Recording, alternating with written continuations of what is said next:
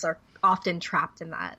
I don't understand how, for example, when I was in college, there was a pretty strict divide between people who were going to graduate school and people who were going to medical school, where the medical school people were very, very good at paying attention and following, homework tasks and getting really good grades. Mm-hmm. And in science, you have that same sort of, you have kind of a different sort of smarts and a different curiosity. And a lot of scientists I know, their brains don't work the same way.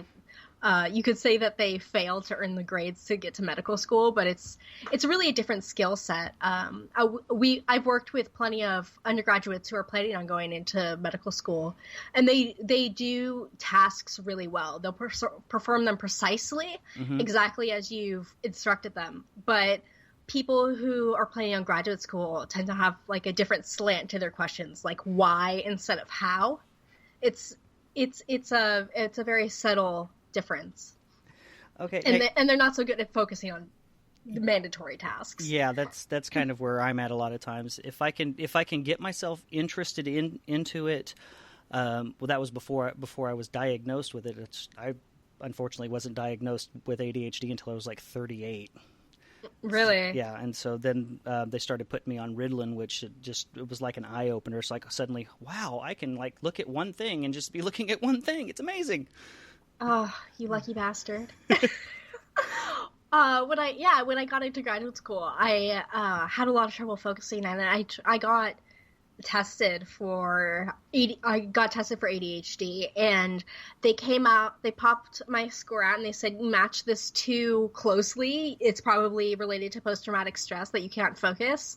And they popped out my IQ score and said that my memory is shitty because, well, my memory is exceptionally poor, but they said that because my other scores were very high, that it must have felt like my memory was even worse. I think I scored like 14th percentile in working memory. Oh, wow. Which is kind of, yeah. And everything else was like 80th, 90th percentile. So it's a pretty strong deficit. So it's kind of hard to pull apart different causes, which everything in biology is complicated like that. Everything is intertwined. Mm-hmm. I love that, but it's frustrating. It can, yeah, that can be. I mean, the biological sciences when I was in high school, biology, anatomy, and physiology, those kind of classes I was really good at. Mm-hmm. I could never get into the chemistry or physics because that involved math, and to me, math is like a foreign language. I just cannot. I can't even balance a checkbook. That's Really? My wife is the mathematician in the house. I mean, I am just absolutely horrible at math. But if you sit me down with the biology concepts or like something that has to do with the human body or electronics without having to sit down and figure, or building a acoustic guitar from scratch or brewing a batch of beer, I can do that kind of stuff, you know? Yeah, I'm exactly the opposite. I was really good at math, and then math kind of made me, I would kind of describe it as following proofs, where you're always looking for why this is true. And I step backwards, but memorization, I'm total garbage at. I'm terrible at memorizing things, which is difficult in immunology because there's such a huge body of literature to memorize. But because I have kind of an analytical mind, I memorize concepts and link them together. And that it's a different kind of intellect that's, I mean, it works. It's not ideal, but I wouldn't say I'm stuck, but they're stuck with me at this point. Well, with me, it's like I can memorize. I could memorize stuff all day, especially if I hear it. I'm very much someone that if I read it or if I hear it, I will usually remember it very well, unless it's somebody's name. Strangely enough, but it's but if you have me sit down and try to put on paper what I'm doing.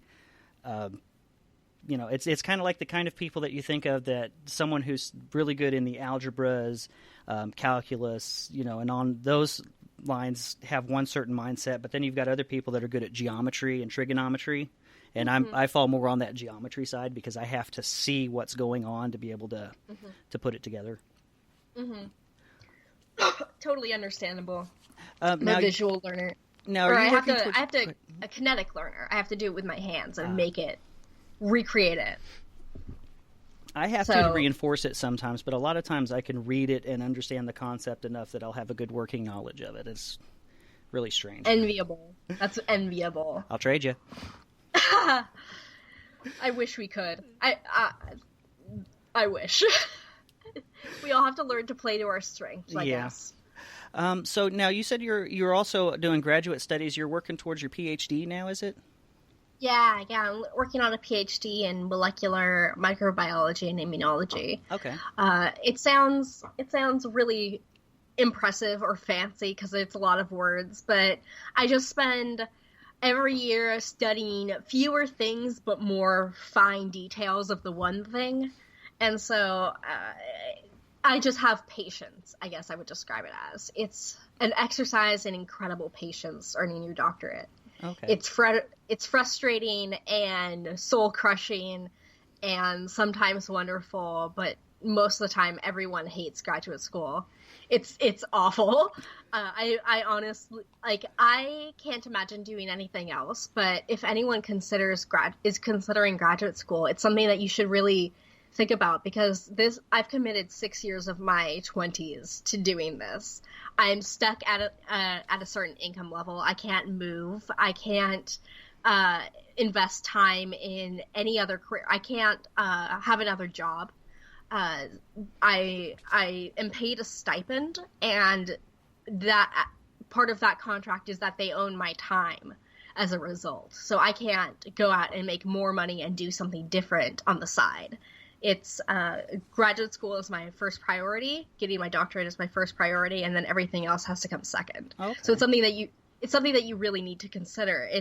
I mean, you could drop out, but there are repercussions where, my boss is fantastic. If I were to drop out now, he would have spent 3 years of his funding on me, and he'd have labor, but he wouldn't have a graduate student, which is something a lot more prestigious to have on your resume, that a successful mentor. So I'd have to think about the repercussions of everyone in my program, in my department, in my lab. So all of a sudden you have a lot of responsibility, and the thing that you thought, after graduate school or after undergraduate, I could just do grad school because that's the next step. It's a big deal to a bunch of different people. It's an investment. It sounds like it. I mean, not counting the little bit of time outside of high school, I would say that I've probably spent most of my time somewhere or another working somewhere within medical, mostly admin. And I couldn't picture myself doing anything else. I did try to do something else at one point and wound up failing miserably at that. So what did you try to do? I actually wound up being a manager for the premier banjo store for the world up in Bella Vista. Did you break all of the banjos? I didn't. I wasn't allowed to touch them a whole lot. But I discovered really fast that just having a passing knowledge of music was not enough. And I had just gotten my bachelor's degree in business. And so I decided to try something different outside of medical admin, and I am now back in medical admin. I see. So do you ever feel trapped, or do you love what you do? A little bit of both. There are times that I do feel trapped, but for the most part, I've just come to accept that I've been doing this for so long, and I like the people that I work with, so I'll just keep trugging along with it. So. Adulthood has a lot of feelings like that. A lot of feelings of, I'm happy, but also I know I can't go anywhere. Especially if you have a house and you have a family. Yes. You're somewhat trapped. Right now, I'm a little bit trapped with graduate school. Afterwards, I'll be trapped with where I can get a job. And it'll be one trap to the next. Yeah, one of my biggest traps right now is that I am trapped in what kind of foods we can and can't have in the house, because my daughter wound up getting all of the nice allergy genes. Oh, God. And then some. Oh, God. Yeah, you're an immunologist, so you might understand when I say that when she was 3, we finally went to an immunologist, allergy specialist. Doctor, and her IgE, which is one of the proteins that has to do with allergic reactions, was at, I want to say, a little over 8,000. I'm not familiar with actual numbers because I don't have an MD, but I know Okay. what IgE is, and that number sounds large. So your Well, daughter's body was yeah. plugged with antibodies reacting to They say allergens. that a high is usually around 800, and so Jesus. she was. We discovered that the food allergies that she has all of the top eight. Really? Yeah. Oh my God. Yep. That's incredibly difficult for a child, Yeah. for a young child. Mm-hmm. That must be. Well, we discovered her allergies when I made fried rice one night, and Okay. some of the egg dropped onto her because we had her just in her diaper so that she wouldn't mess up her clothes, and it dropped Hmm. onto her, and everywhere that the fried rice touched, she just welted up. Oh my God. And Oh then my God. we discovered when we finally got her tested for her allergies after her, I want to say it was her second hospitalization. We discovered that she was allergic to milk products, beef, pork, wheat, soy. Let's see, beef, pork, wheat, soy, Peanuts? the dairy peanuts, tree nuts, shellfish. Yeah, I think that covers oats. An egg. Yeah, and egg. So she can't get a flu shot. That's the one immunization that they said that her getting the flu, even though she has asthma, the reaction to the flu shot might be worse than getting the flu. She can get the nasal spray. The nasal spray isn't produced in eggs, right? It's not, but if she got the nasal spray, I would have to stay away from her for 2 or 3 days because I'm on that immunosuppressant, and I would actually get the flu from it. It's a live virus. Yes. So that's that's an impossible situation. Well, we all get our flu shots during the year, and we have probably eaten enough turkey and chicken that we're all growing feathers. So. Does eating poultry prevent the flu? Unfortunately, no. I wish it did. But it does help keep her eczema down. So that's a plus. Oh, I did not know that. That's incredible.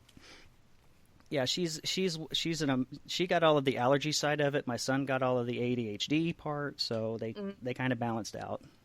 Oh, that must be, well, oh my God. So, like, birthday parties are just no fun for her as far as snack tables.